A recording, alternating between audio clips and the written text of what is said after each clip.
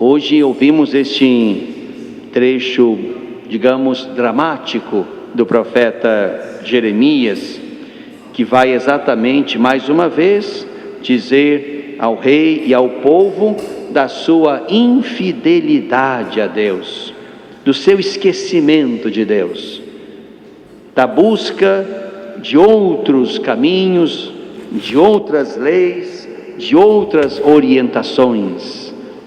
E Deus, pela boca do profeta, chama de novo o seu povo à fidelidade.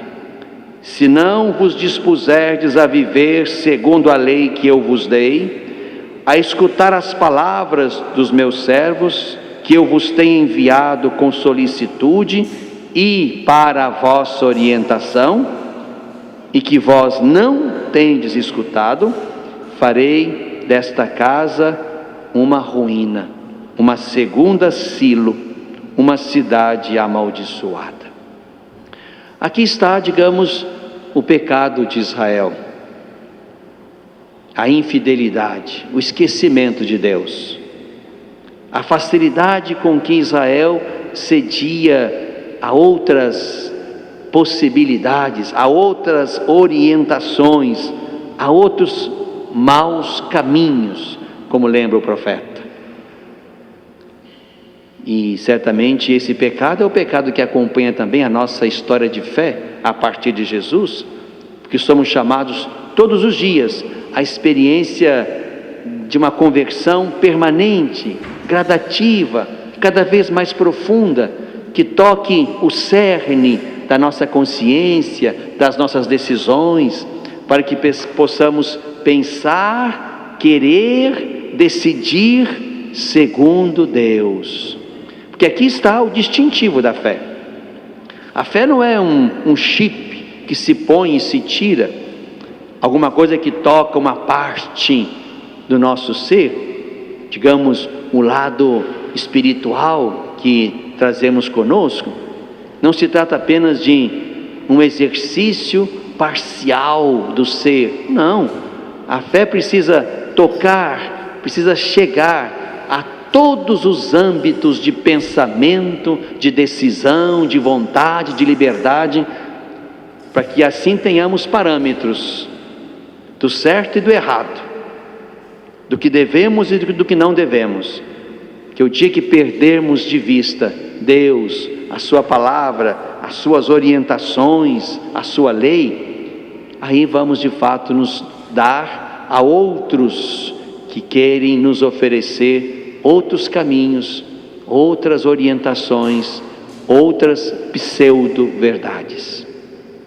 A nossa fé em Jesus, a nossa fé em Deus, deve nos levar cada vez mais a uma vida construída em Deus, de modo que nossas verdades tenham Deus como autor, e nós tenhamos direito de dizê-las. E isso é um princípio de respeito. Pode haver e há quem pense diferente de nós, mas não podem nos impedir de dizer o que pensamos, a nossa verdade, e não podemos nos calar diante da nossa verdade. O texto termina dizendo que ali mesmo no templo o povo ajuntou-se contra Jeremias. Esse é o destino dos profetas. Mas se os profetas morrem assim, ou se nós sofremos por dizer o que pensamos a partir de Deus, em quem colocamos nossa fé, bom, a fé também precisa dar sentido à nossa morte. Morremos certo. Se morremos por Deus, pelas coisas dele, pelas verdades dele, pelo reino dele, esse é um jeito certo de morrer, porque morreremos todos, mas haverá certamente quem vai morrer errado, fazendo a coisa errada, a serviço do Deus errado, no lugar errado. Nós escolhemos Jesus, escolhemos Deus e vamos com Ele. Por isso, nessa noite, irmãos e irmãs, queremos fazer comunhão com o que o nosso tempo e o nosso país vive nestes dias. E temos que, acreditando em Jesus, tendo fé em Jesus, que tinha sabedoria e fazia milagres, hoje nós queremos de fato mais uma vez insistir e crer que Ele pode fazer também milagres neste tempo e sobre as contradições deste tempo. Queremos, em primeiro lugar, pensar nas mulheres grávidas, e são tantas, e gravidezes oriundas de muitos amores ou desamores, mas levam consigo no ventre vidas humanas, humanas desde o primeiro momento. O encontro do óvulo com o espermatozoide, ali está a origem, o ponto 1 da vida humana. Aquela semente ali não vai ser outra coisa senão um ser humano. A natureza se encarrega de nos ensinar isso. Semente de abacate vai dar pé de abacate.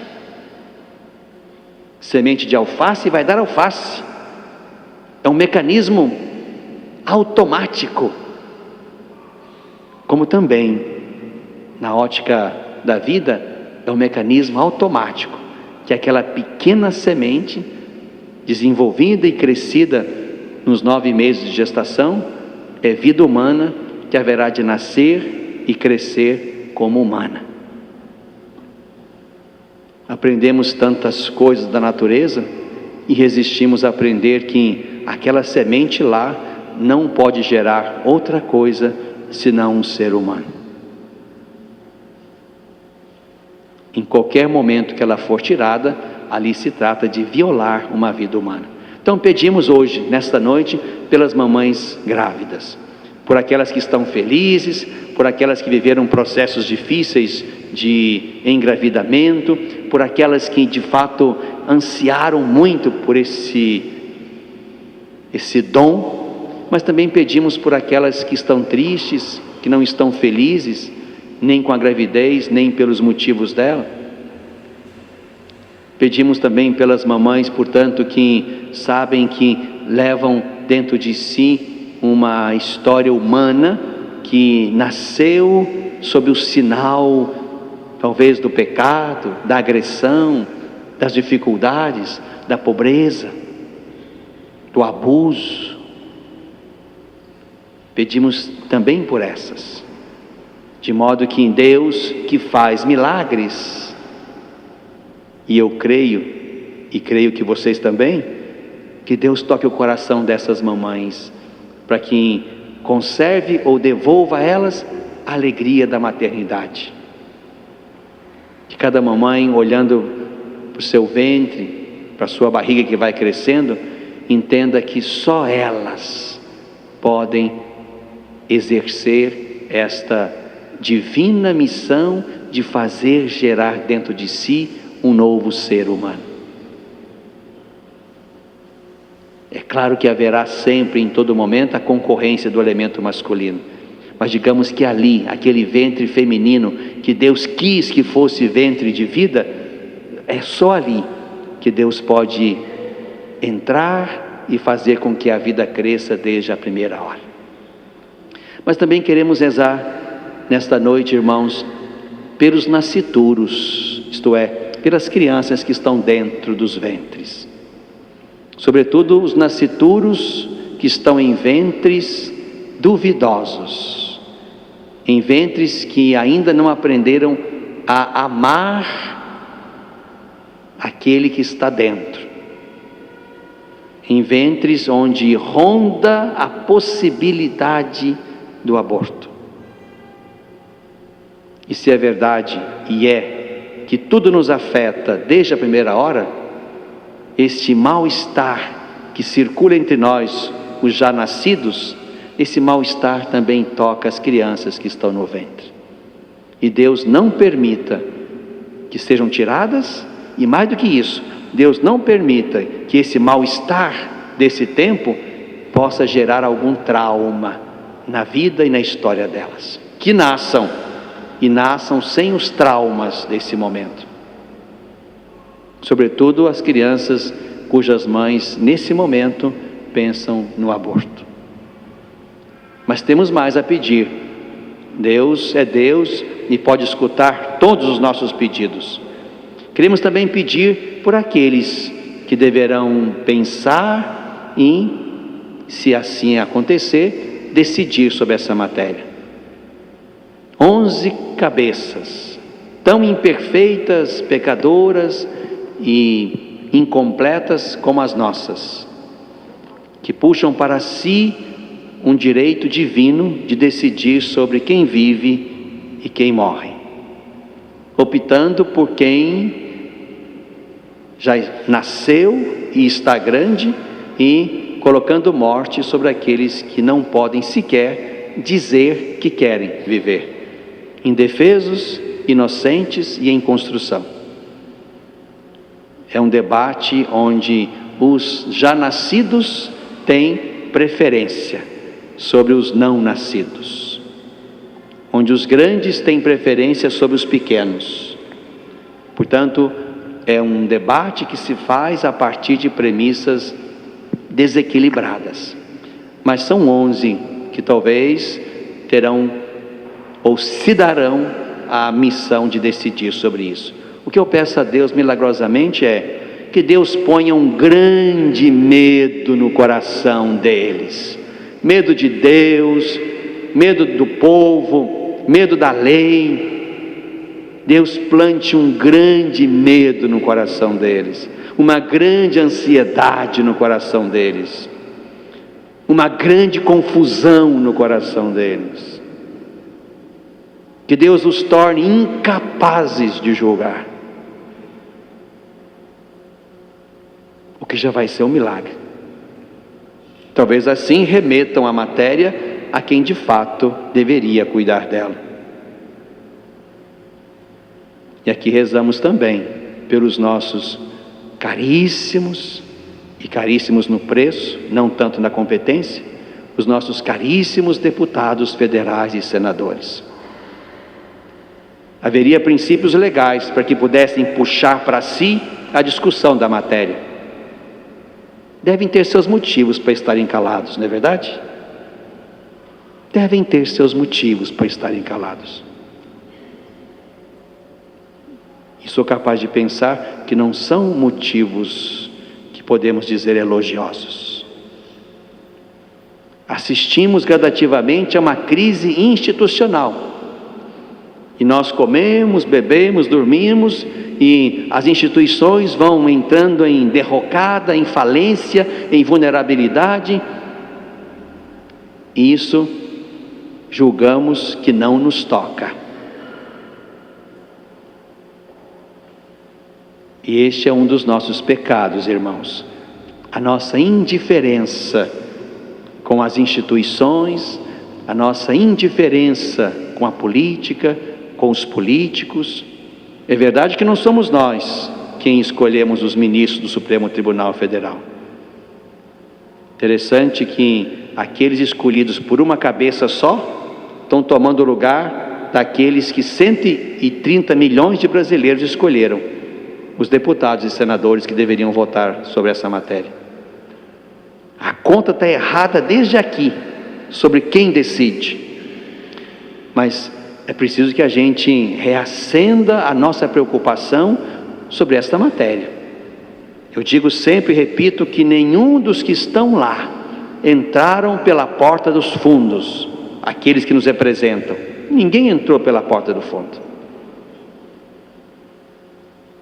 As centenas de homens e mulheres que ocupam o Congresso Nacional entraram lá pela via democrática do voto. Estão lá porque vocês os colocamos lá. Gente de todo tipo, gente que também escolhe a morte, a injustiça, a desigualdade social, a violência. Gente que está contra a família,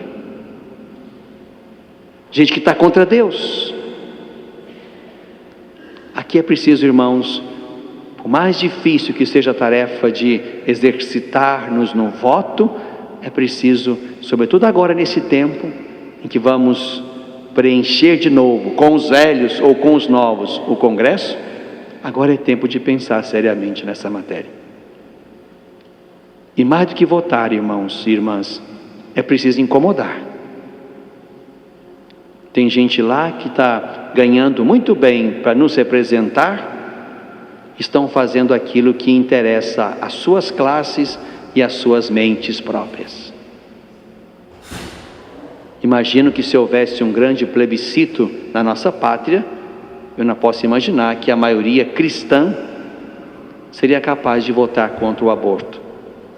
Apesar disso ainda ser uma grande interrogação, levando em conta que outros países católicos avançaram na desgraça do aborto. O que revela ainda uma imaturidade de fé. Estamos escolhendo com quem? Quem está nos orientando? Que princípios estão plantados na minha consciência? Quando eu escolho isto ou aquilo, quando eu voto favorável ou desfavorável, quando eu voto neste ou naquele, que princípios estão na minha mente e no meu centro de decisão? Deveriam ser os de Deus, para escolhermos com Deus, para escolher o que Deus escolheria. Por isso, rezamos também pelos deputados federais e senadores, para que, de fato, se podem, tomem para si esta matéria e nos perguntem o que pensamos. Nós damos conta de decidir também. O nosso país não aprendeu a crescer na capacidade de realizar plebiscitos. Nosso país não cresceu na capacidade de respeitar um grande número de assinaturas por alguma causa. De fato, vencemos algumas, mas há outras tantas. As que estão correndo agora, por exemplo. Eu não sei quantos de vocês já assinaram alguma petição virtual ou física contra o aborto. Assinem. É, digamos, um bem que podemos fazer agora, nesta hora. Mostrar-nos conta. Não nos perguntaram, mas temos o direito de dizer. E é isso que fazemos quando assinamos uma petição. E seria muito bom que fizéssemos. Acho que nessa noite ainda vão recolher lá ao final assinaturas para o debate que já começou hoje, vai continuar na segunda, quando aparecerá a voz da CNBB como uma das defensoras da vida. E eu imagino que o debate continua, até porque não há data para resolver definitivamente essa matéria. Mas é muito bom que a gente diga para eles o que nós pensamos, nós os brasileiros, os 130 milhões que sabemos pensar e decidir. Rezemos então, e pedindo a Deus também esse milagre, de que os de Deus se manifestem. Mais do que trocarmos mensaginhas de celular, de WhatsApp, que não vai afetar em nada na mudança da discussão, assinemos as petições. Isso é um bem maior. E se tivermos que trocar mensaginhas, que sejam para estimular que outros que ainda não o fizeram, assinem também as muitas petições que estão hoje circulando entre nós. Por isso, irmãos e irmãs, Deus pode fazer milagre. Deus pode tocar as vidas. Deus pode tocar as mães, os nascituros, os políticos, os ministros do Supremo Tribunal, os eleitores, as mentes, os discípulos de Jesus. Nós cremos nesse poder milagroso do Senhor e é isso que pedimos nessa noite. Que Deus realize o milagre da vida através das nossas mãos, da nossa decisão, da nossa assinatura numa petição, da nossa oração. Insistamos com Deus, como quem de fato só tem Deus como o refúgio, que nessa hora pode ser aquele que determine um outro desfecho para as coisas e para as situações. Que a Virgem Santíssima cuide de cada mamãe grávida e ajude essa mamãe a amar essa criança, independente do modo e da história que essa criança até ali no seu ventre construiu, independente do modo como ela foi gerada. Que não falte amor, amor que cura as feridas, que evita os traumas e que faz crescer um ser sadio a partir do ventre. E que nós, irmãos e irmãs, possamos rezar sim, e mais do que rezar, sejamos próximos. Pedimos isso a Maria, que nos ajude a ser próximos daquelas que estão vivendo o drama de uma gravidez inesperada, indesejada, o resultado de agressão, de violência ou de abuso. Sejamos próximos, não deixemos sozinhas essas mulheres. Que Deus também realize o milagre de um processo de adoção que seja mais breve. Tem muita família boa esperando uma criança. Tem muita mãe adotante, e isso é verdade, que já foi capaz até de gerar leite, esperando a criança adotada que chegaria em algum momento. Deus pode fazer milagres, e pedimos a Deus que realize neste nosso tempo o milagre da vida. Sim à vida, não ao aborto, porque somos de Deus.